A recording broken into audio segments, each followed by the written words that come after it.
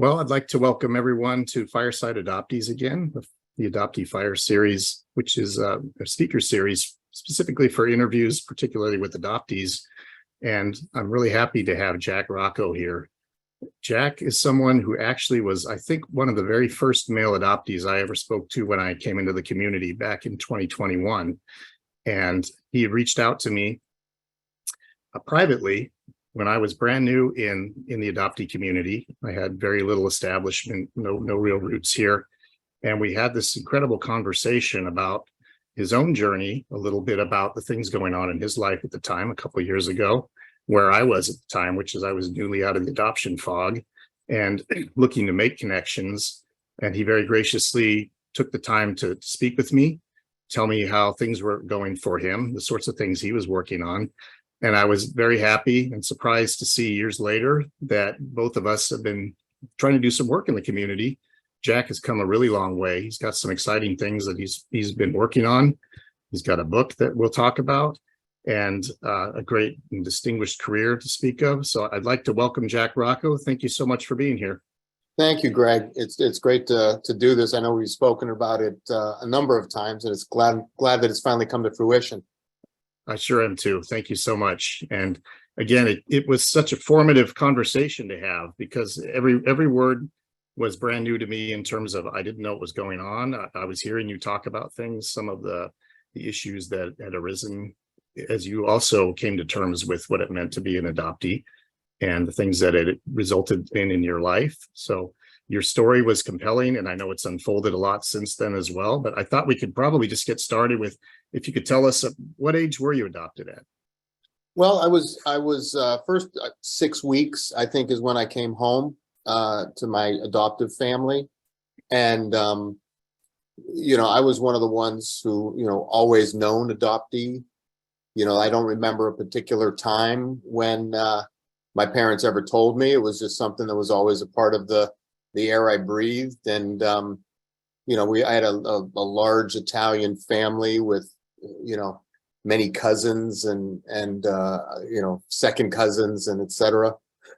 And I remember as a child, sitting under tables in dining rooms and whatnot, telling my other cousins that I was adopted. And, I had an older uncle who was also adopted. So it was never really anything that I took as a smudge on me. I was, also, there's a lot of fortunate things. I was the oldest male, in the family, and, the oldest son of the oldest son. My father was also the oldest son in the family. So there was, in the book, I refer to myself as, the prince. And, clearly that's an exaggeration, but there was that sense that, I was the oldest of the cousins, the oldest male. And, I think they all looked up to me, and it wasn't a stain at all, the adoption. So you mentioned being the oldest male in the family. So you did grow up with siblings? Yeah, I have a sister who is 2 years younger than me, also adopted. She is. And I assume that she also knew their whole life about being adopted as well, right? Right. And, it never seemed to matter. Did you ever talk about it together, about being adopted, or even in later years? Was it ever a topic of discussion for the two of you? Really, no. That it was never something that, we never talked about finding our birth parents, or, we were Roccos. We were, a part of the family in every way. And I don't know that it was, frowned upon to talk about it. But it certainly wasn't encouraged. We weren't encouraged to think about our past, or, we were full-fledged members of the family, card-carrying members. We're really treated no different. And, but it was probably 2008 or so, when I first found my birth mother. And, that was the dam breaking, if you will, for her and I to start talking about these types of things. And I, at the time, I didn't have anyone to talk to about it. And I forget how it even came up, but, I did call her and started talking about it and told her that I found my birth mother and, asked her if she ever wanted to find her parents. And she's like, we were loyal to our adoptive family. We didn't want to hurt them and have them think that we weren't happy with the family, that we had any missing pieces, what have you. And I had the excuse, if you will, that it wasn't really me who did it. It was my ex-wife who initiated the search, and so that kind of absolved me of any sin that she may have encouraged, that I didn't do, at least. It wasn't me that started looking, Carrie Ann did it. She was the one, I mean, it wasn't really like that, but, in a way, and rightfully so, a lot of mothers want to know, a lot more details about, what to look for in their children. And I think it's a very natural thing for her to do. So, I don't have any hard feelings for her doing it, but it was something that I was hesitant about. I feel like it's really interesting how you were the one that went first. So I feel like when I talk to a lot of adoptees who have grown up with other adopted siblings, particularly let's say a male and a female adoptee, that usually it seems like the female adoptee has the initiative first, and the male adoptee is more reluctant to come along, and sometimes doesn't come along at all, the brother in the family. So it's really interesting. And I know you said that your wife was instrumental in it, but I'm wondering, first, have you seen that also, that usually it tends to be that the women are the ones that initiate their searches first? Is that something you're familiar with as well? I can't say that I've really experienced it, but I would believe it. I was just speaking to a coworker that I just met on Monday for the first time.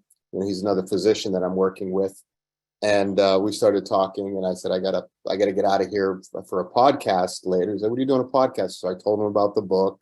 Mm-hmm. And he's this older, stoic Southern gentleman, and he's like, "I have 2 adopted children, so we're going to have to talk about this a little more later." And then a little later, he mentioned his son, and his son is 28. And he said, he has no interest in finding or looking. And he's Latin America, I think Peru, he said that he was adopted from. And I was trying not to burst his bubble, if you will, but I said, that's not atypical. I said, I had no interest until probably my 30s, that I had my first chink in the armor, if you will, on a blind date with another woman who was also adopted. And then, my real drama started occurring, probably in my 40s, when I eventually found my birth mother. Chink in the armor. Okay, so let's talk for a second about the elements of control in your life. Let's say you felt you built your life a certain way. And I'm going on something I'd heard you say in another context, which is that something to the order of, if I did everything perfectly, what would go wrong? So when the chink in the armor showed up, what did that look like? Was it just the encounter with another adoptee and it started to get you wondering about some things? Yeah. I refer a lot to my book. But the book is really just the life. And it's just, putting it on writing and putting it into chapters, if you will, with some coherent thought as opposed to just reaction. In the book, it's called, the chapter is chapter 4, and it's called Blindsided. And it was, my first even exploration into the possibility that I was in a fog, or in, I'd love to hear more of your story. And I'm sorry that I didn't recognize the rapidity, how rapid you came out of the fog. But for me, that was my rapid immersion from the fog. And, it was a blind date, and I can't tell you how I was connected to her or what happened, but we're at dinner, and I just mentioned that, what about your parents? And, she said, well, it's interesting because I was actually adopted. And I was like, cool, I was adopted, and I was like, neat. We have something to talk about that, besides, the weather. And, I always told my story as, as I knew it growing up, was my parents were two young college kids who were going to have a baby, and they couldn't afford to keep the baby. So they wanted to give you away to a good family so you could be raised properly. Perfect. Why not?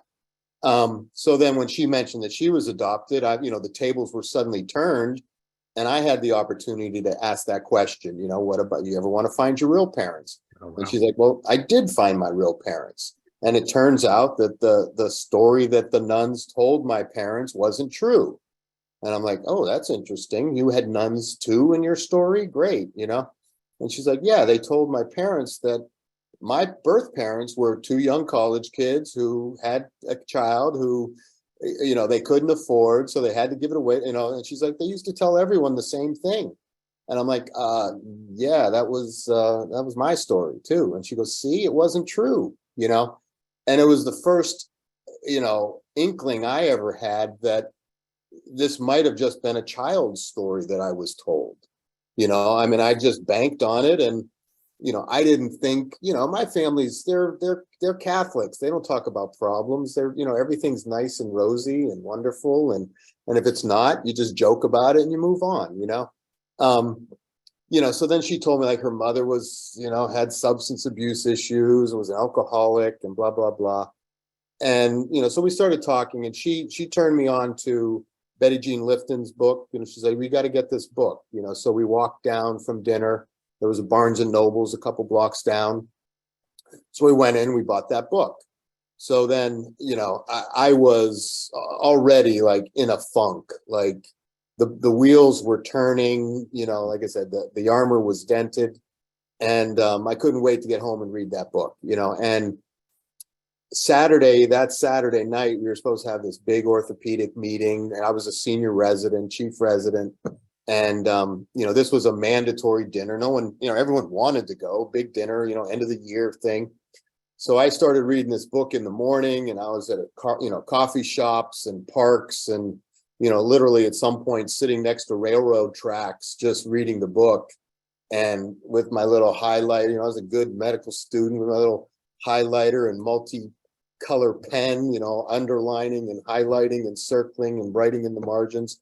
And the book just really threw me for a loop. She talks about the issues with, that adoptees may have of relinquishment and not knowing where they're from, and, et cetera, et cetera, et cetera. And, so now I'm supposed to get ready for this dinner that night, and I'm in, first time ever, just, rip roaring depression, funk, can't move, can't leave the house kind of thing, just wheels turning, just trying to grasp everything.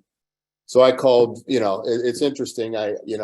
Instead of calling one of my co-residents, who might have busted my chops and said, shut up, Jack, you're coming, because I never missed anything. I never missed work, gave myself IVs before surgery to just continue, and, so I call one of my junior residents, and I'm like, Christy, I'm sick. I can't make this dinner tonight. I'm just vomiting, diarrhea, whatever, I can't make it. And I just sat in the apartment all weekend and just, trying to absorb this, but also trying to like shake it off. And, I got to get back to work on Monday, and I got to be Superman again. So, this lady's crazy. Whoever wrote this book, this is just a political thing. There's nothing wrong with adoption. What is she talking about? So, it was, it was a big blow to me. And that book has been instrumental for a lot of us, I think. I'm really happy you were able to find it right there at the bookstore. I think it's harder to find a lot of adoption books at the bookstore. So that was pretty fortunate right there. And amazing you could start looking at it right away. I'm trying to imagine the seismic shift that was taking place in you. I can hear it, and especially with the great attention to your career and how focused you were to have something that disruptive come into your life and start, as you said, all these wheels turning. Did you start to identify patterns in there? Not just wonder about your story about your parents, let's say, but things that maybe you had noticed in your life that were coming out that maybe Oh yeah, those were there. yeah, and it's I rationalized at the time, that, and I would tell people that, like once I got this, I speak of this big asterisk now that I had next to my story, and the asterisk was the nuns told my parents that my birth parents were two young college kids, etc. But nuns lie, or they want to make things sound rosy. So I get it, and there's probably more to the story, but I got stuff to do. What am I going to do about it? I can't change anything. But there were, and I likened it to a horoscope, and and I do think there is an element of that. When I did my psychiatry resident rotations, we're all prone to those things, whether you're adopted or not. And when I did my psychiatry rotation, people would say, oh, I'm depressed, and I have these thoughts, and you're like, oh, I have those thoughts too. But at what point is it pathologic and a condition, and at what point is it just normal humanity? Or if I was doing a GI service, I'm like, oh, I do get gas sometimes. I wonder if that's colon cancer. You know what I mean? So you start to, empathize with these things too much. And,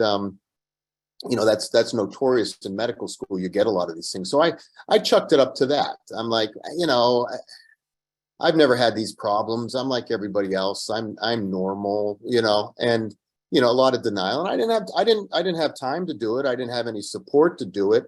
I didn't know where to go to talk to people. There wasn't a community like there is now.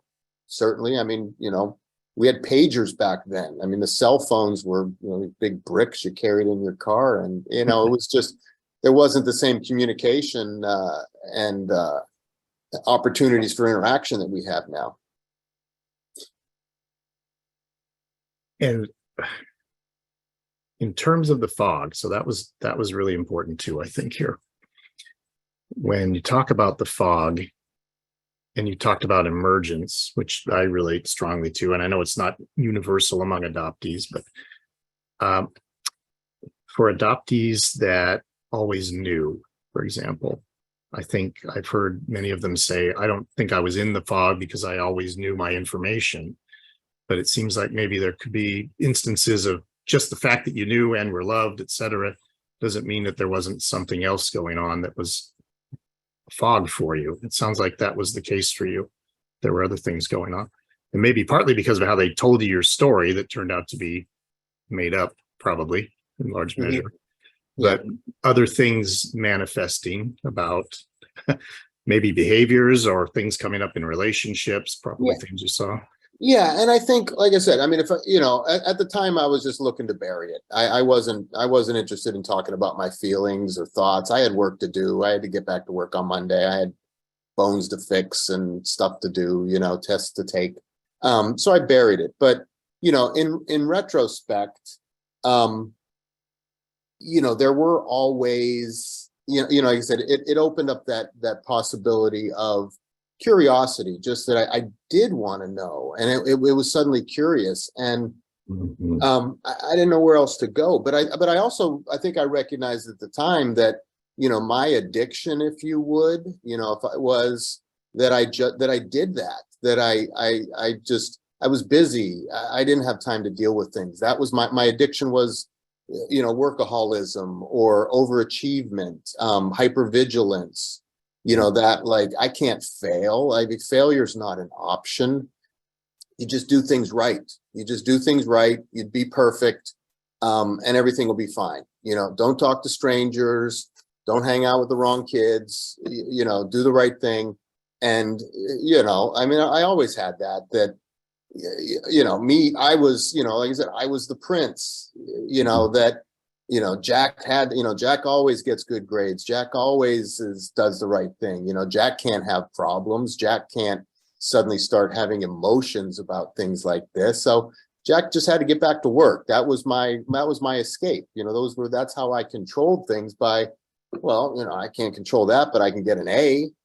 I can study harder. I can, brown nose a little more. I can, whatever. Yeah. There was like a script, a duty-bound script for getting life right? Yeah. Things under control.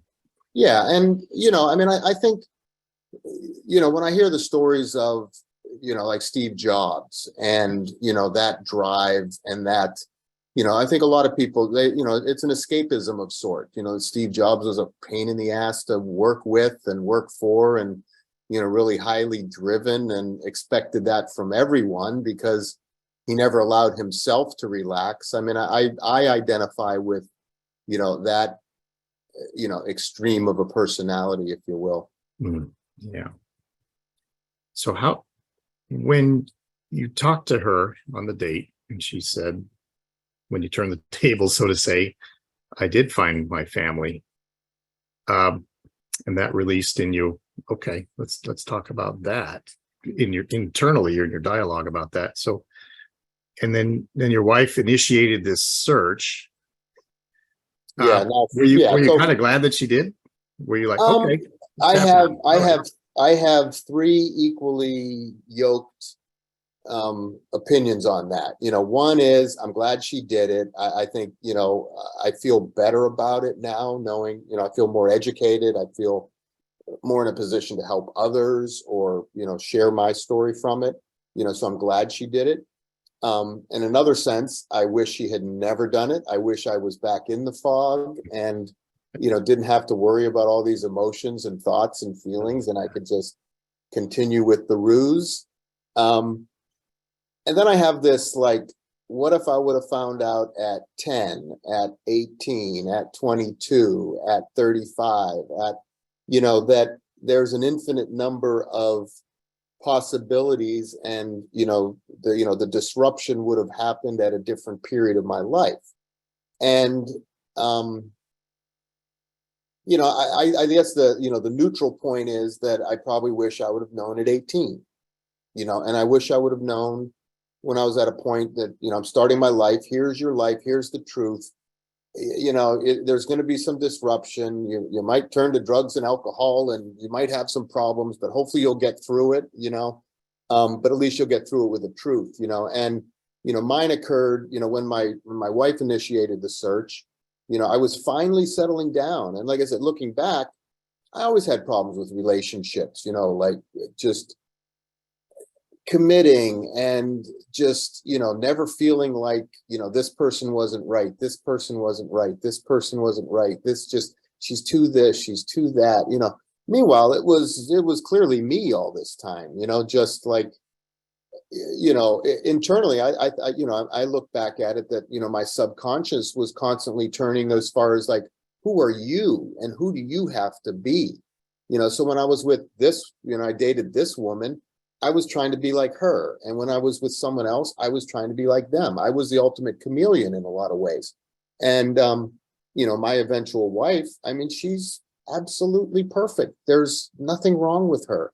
It's just, I couldn't maintain the muse of Jack being perfect. And then when I found out, when the total, when I found my birth mother and find my history and everything, then it's like, she's not even the person I was supposed to. I was never really me when I started dating her and marrying her.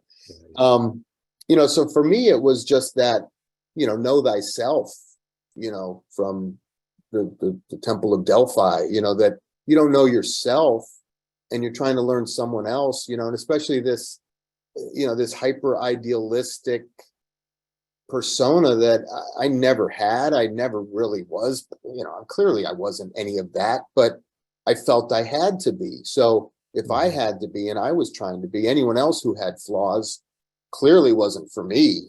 I mean, I'm exaggerating, but there's almost that like expectation of, and I was trying. I mean, I would say that I was trying to do everything right, trying to, find this perfect utopian life and existence, because I didn't have one.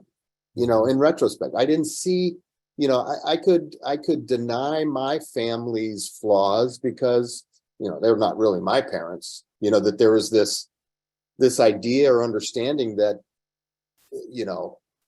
okay, well, they're crazy. These people are crazy, and my family's great, but like everybody else, they got, but I ran from any irregularities, I guess, and just denied them, so now you're trying to find a life partner, and no one's going to meet up to that. I never met up to it. So, in retrospect, it was irrational, but to find out at that point, then I'm, like I said, I think it did really disrupt my, my marriage, my life, at a time when I should have been digging in. I should have been, establishing and moving forward, but instead I was spiraling, just unknowingly, just looking for someone else to blame, I guess. And once again, I mean, that happened, like I said, probably like 2008. And I didn't have any resources to go to. I wasn't going to therapy. Are you kidding me? I don't want my friends and coworkers to know I'm in therapy for something, or, it's just, it's I guess that's why, it's a male thing as well, that, men don't want to expose their weak underbelly, and, probably orthopedics was even a worse environment to be in, because this was a, macho cage match of a subspecialty, and, just suck it up, buttercup, and, go to work. Yeah, and I do want to talk about, while we're on the subject of maleness in adoptees real quick, and then move on to the next, which is that when you and I talked in 2021, I remember we had this great phone call, and then a few months later, I put out this post, and it went on to Instagram. It was in Facebook, and I remember you messaging me. You finally did it, and what you meant was you're finally out there, and it was really encouraging, because I realized, and I still am painfully aware of the paucity or the relative lack of male voices in the adoptee community, not because we're not here, but just because a lot of people are not feeling like they have a place to say something, or that it's acceptable for them to say something. So you come out very boldly, and you are sharing these things, and you're talking about, I fought off the feelings. I hadn't had time for that. I didn't do that. I didn't do this. Do you feel like there's been more of an integration with the feeling side for you at this point? And would you say that for male adoptees, that's a big issue possibly?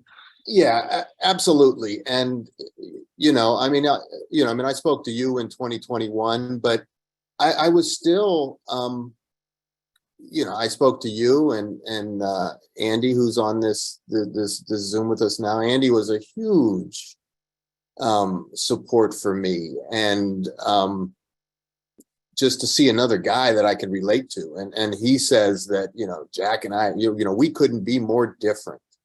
Yet we agree on 98% of the things that we talk about at a fundamental level.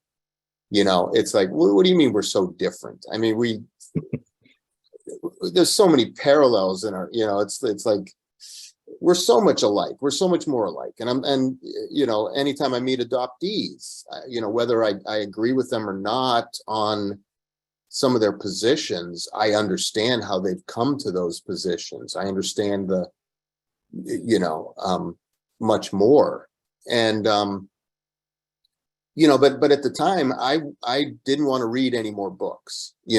Betty Jean Lifton turned me off the reading. That reading thing is just not a good thing. It just ruins things, so, I went into a cave a little bit, and, and then COVID really helped that now I'm not working. I've got nothing else to do. I'm, separated / in the process of getting divorced, which didn't help matter. I mean, it just, the loneliness and the isolation and, but it didn't stop the smiles on Monday morning or whatever. But then you go home and, I'm working half days. I'm not doing anything. So started writing the book and actually compiling it into, I don't know what I would have done if it weren't for the book, for writing it, but I didn't want help with the book. I wasn't going to go ask anyone because I didn't want their ideas, so to speak. I didn't want the same thing to happen to Betty, when I read Betty Jean Lifton, then suddenly I had all the things that Betty Jean Lifton talked about, and I didn't want that. For me, I think I had to do that. I didn't want to adopt someone else's story. So I didn't read books, I was dabbling a little bit with stuff, talking to Andy and, voyeuring, if you will, on some of the social medias, but not actually participating, for God's sakes. That would mean that I was, I'm just here to listen. I'm not here to talk about me. But, meanwhile, I'm writing the book. And I mean, I think it was hugely valuable, in retrospect. And, I had an editor help me with it and turned it into something that I could, have as my story, that, I was putting a chronicle, a timeline to my life and my story and my, and then I kind of started, once it was done and I shared it with my sister, and she's like, you can't show this to mom and dad, they're going to die if you show them to this. And there was still some secret. And I had my daughter read it because I was talking to my kids about it. And I also wanted it to, to help me understand, like, how the heck did I go from having this perfect family, this perfect life, if you will, did everything right, had the family, had the kids, had the house, had the practice, and it just still wasn't mine. It wasn't me, like what went wrong with this? And and I had the story, and it was great, that I had that. But then, so I start like coming out a little bit, speaking to you and whatnot. And some of the thing that's funny or ironic or just proves to me the fact that there is, a constellation, if you will, or a grab bag of qualities that define adoptees. It's like some of these things that, I think, in writing the book, I come up with this term, got day, and then I look online and everyone's talking about the gotcha day. And I'm like, oh, someone else thought of the same thing. And, to me, that proves truth that, that the process that I went through independently is the same thing that everybody else went through independently. And, my independence was just a ruse as well, that there were some fundamental issues at the core. And I break mine, in my mind, I broke it down into, nurture, nature, and free will. I do enjoy philosophy, and, I've read, I could, rattle off a number of books that I really loved and appreciated on those subjects. But it really spoke to me that, I did have a nurture. I had a nurture without a nature, if you will. There was no natural Jack. Natural Jack was buried and dead and gone, and blank slate came in. And, now I'm Italian, Catholic, Democrat, Yankees fan. I got my pillars of life, and everything else was built on that. But then, when I found my mother, when I had my daughter, when I got married, all the things, that suddenly the fog really lifted. Once I found my birth mother. And I also have a transracial element to my story that wanted to ask when I found my birth mother, I got the transcripts from the court, and the judge says, is your name Joyce? Yes, sir. Are you the mother of this Negro child? And I'm like, Negro child, who's the Negro child? But and it was like, I was really like just in disbelief that, Erie, Pennsylvania, 1966, there's this, it's just, judge using the word Negro in a court of law, and, just the injustice of it at that point. And then I'm like, my mother said she wasn't really sure of his racial mix. He was light skinned, and she's like, he could have been Italian. He could have been, Middle Eastern. She didn't really know. And I'm like, how is this judge making this call?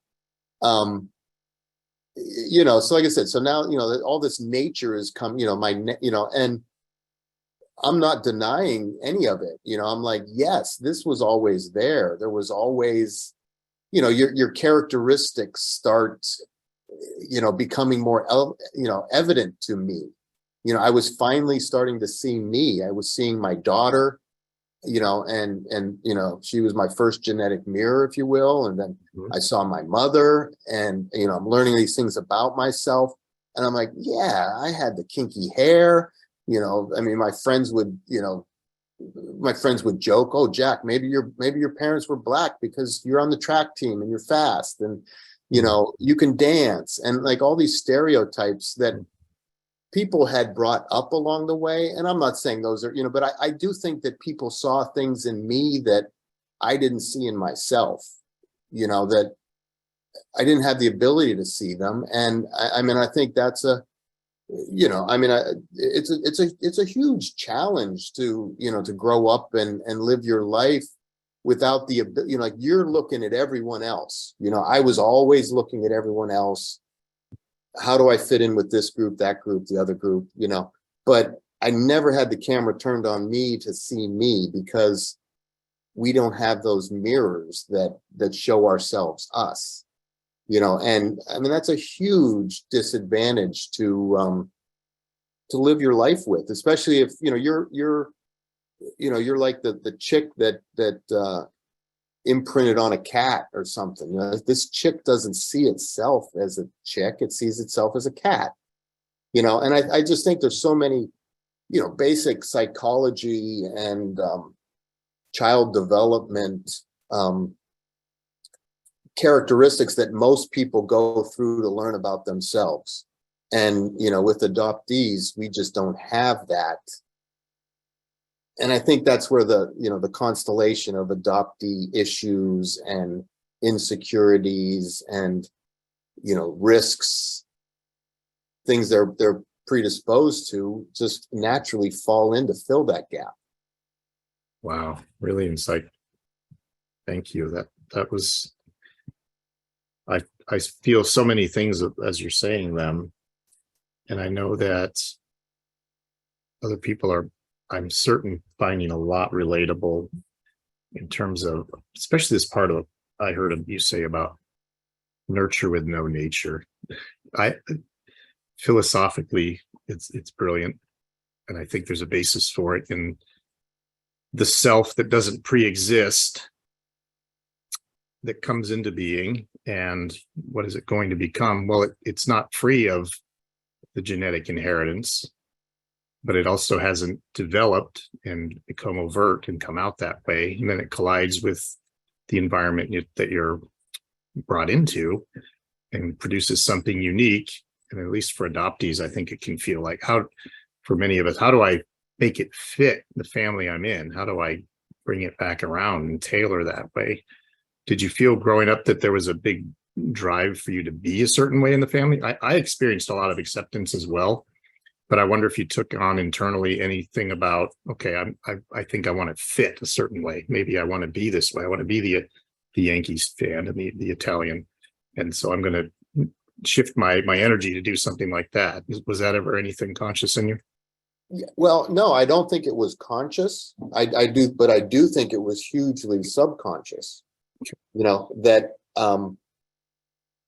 someone, I think it, Melissa, who's also on here, I think I was listening to her, and she made some comment about she didn't even have a favorite color, if I'm correct, and I was exactly the same way, like, what's your favorite color? I looked at whoever else was around, like, what's your favorite color? I don't have a favorite. I just, same problem for me. Yeah. You know what I mean? Like, to make my own, valid, authentic, it just becomes natural that, at least for me, I can't speak for every adoptee, but I could understand that, you can extrapolate that behavior as clearly being from, if your father likes black, you like black or whatever, maybe your father doesn't like black, but you say you like black, but for me, I didn't necessarily like what my family liked.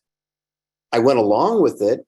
Sure, I like pasta. Sure, I like these things. How can I not? What other choice do I have?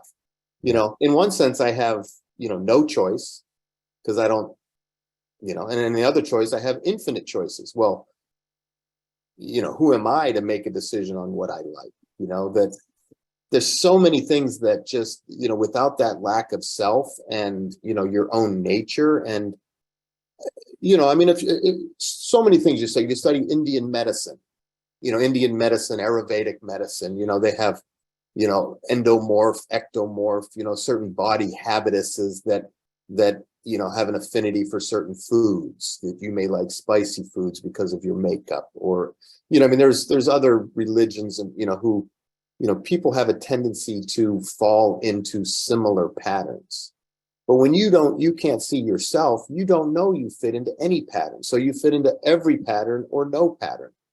You're not, I wasn't, a mixed race child. I was an Italian kid.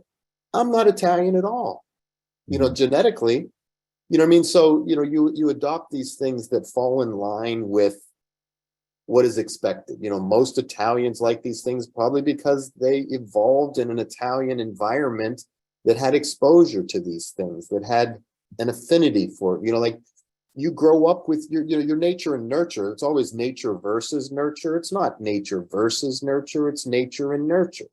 You become your nature. You become your nurture. They're one and the same. You grow up in a coastal town. You eat fish. You grow up in a lowland area. You herd sheep. I mean, there's certain things. And if you live in a farming agriculture, you're going to have rotting wheat or rotting grapes that become alcohol. So then you have an affinity for alcohol.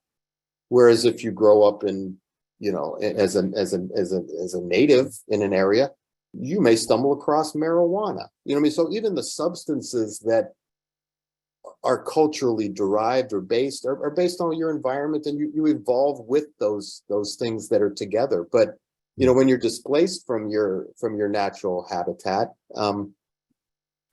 you may or may not fit in with those things. That was really good. Thank you. I want to conclude with talking a little bit about the reception of the book. It's been huge, I think, right? Have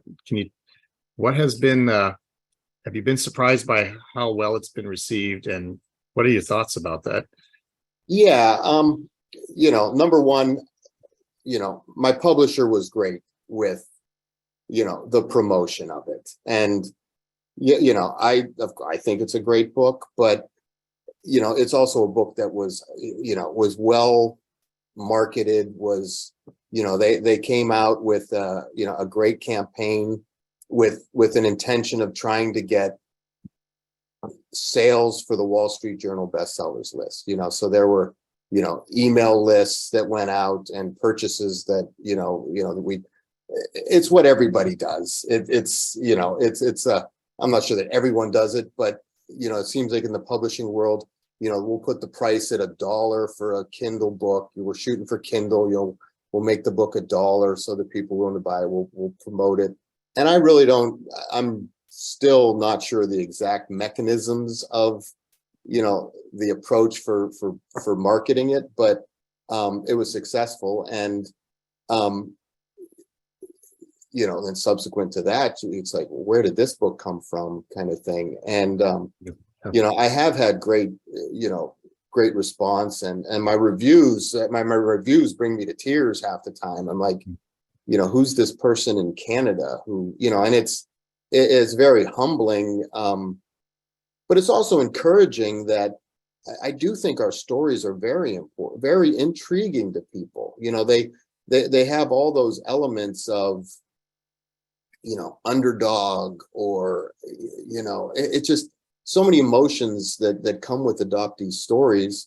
And I'm glad that people responded to it as well. But I also think that, I don't know that I intentionally did it, but I just happened to do it by going through my life, as opposed to having a purpose that I'm gonna try and get my message about adoption out there. I didn't really have an intentional, and I don't know that the book even has a point. You know, it's like the Seinfeld of books, if you will. It's the book about nothing. Am I pro-adoption? Am I anti-adoption? Am I, you know, how do I feel about my racial, you know, background? How do I feel about my adoptive parents? Did they do a great job or a horrible job? You know, there's no villains in the story. I don't think. I don't intend there to be. I don't think there's any heroes in the story. I just think that it was my attempt to grab a hold of it. And I tell funny stories. I tell stupid stories. I tell, you know, important philosophical thoughts that I had at the time. And, you know, then, like I said, with the published, you know, it's, you know, a lot of help with editors and, you know, put this paragraph here and maybe, you know, just shift this from that, you know, and, you know, it really helped me to get it to flow. So I'm very pleased with the reaction to it, but I can't give you a formula on how to do that. It was just kind of organic, I suppose. Yeah, it's been exciting to see how well it's done. Congratulations on it. And the book is titled Recycled, right? Correct. It's, you know, it's recycled. And that comes from my grandfather. Like you know, immigrant Italian guy. And at one point he told me, he's like, Jack, you know, I think we have more recycled kids in the family now than we have our own. And I was like, what? I never heard him say the word recycled kids, but he used it to refer to any child who wasn't like the natural out of a normal wedlock. You know, they were half kids from the girlfriend's previous relationship, or, you know, mixed kids in the family. And then at some point, I never was referred to that way growing up, but at some point when he passed away, it crossed my mind. I'm like, holy shit, I was recycled as well. I was the original recycled kid, if you will. But never felt that way. I was always, you know, the Italians, they bring in others, you know, they love on everyone, it seems. And I was a recipient of that, but it's not meant to be derogatory. It's meant to show love. And then it's, you know, the subtitle is, you know, a reluctant search for true self through nurture, nature, and free will, which is, you know, the journey I felt I was on. The three things. Well, Jack, I think this has been a really wonderful conversation. I want to thank you again for just a really nice interactive style, some great insights.